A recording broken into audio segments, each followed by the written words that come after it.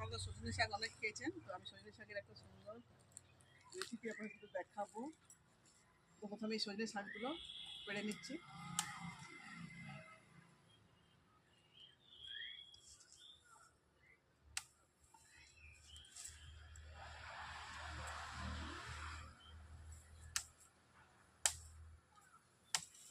এগুলোতেই হয়ে যাবে।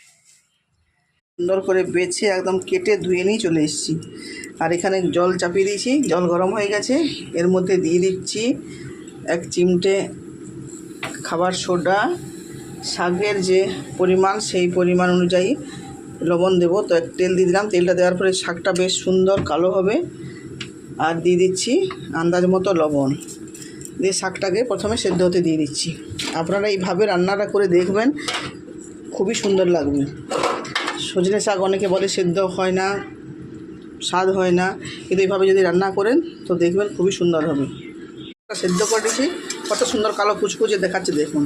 এইভাবে রান্না করবেন, দেখবেন খুবই সুন্দর হবে। তো এখন নামিয়ে নিচ্ছি, তারপর শাকটাকে আমি ভেজে নেব।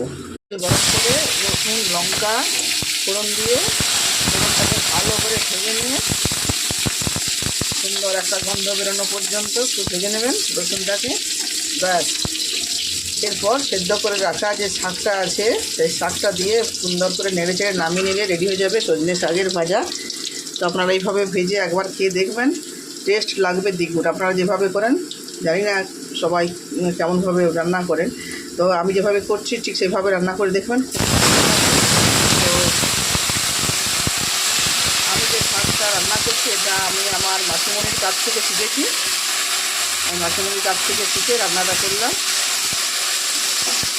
আপনারা সবাই ভালো থাকবেন, সুস্থ থাকবেন। আমার এই চ্যানেলটি আপনাদের সাবস্ক্রাইব করা না থাকে আপনারা সাবস্ক্রাইব করবেন।